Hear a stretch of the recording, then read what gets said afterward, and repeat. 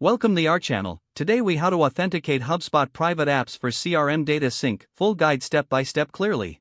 To authenticate HubSpot private apps for CRM data sync, start by logging into your HubSpot account.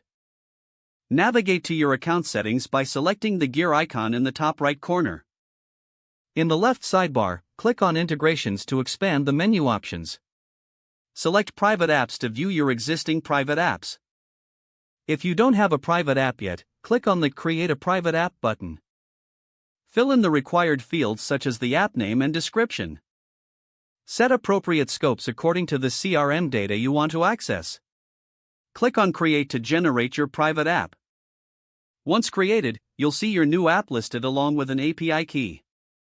Copy this API key carefully, as you will need it for authentication.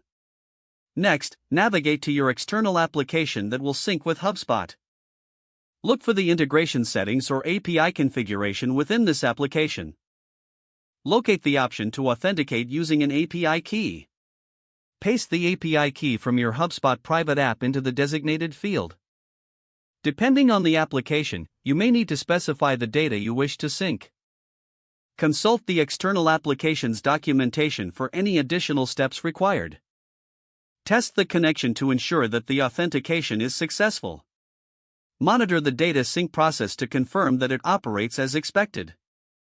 If you encounter any issues, double-check the API key and the scopes you set. Once everything is functioning smoothly, you can proceed with your CRM data sync.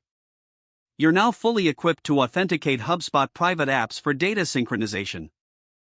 If the page does not load, refresh the browser or try again in a private or incognito window. Make sure you are using the correct email address, then retype it carefully to avoid small typos.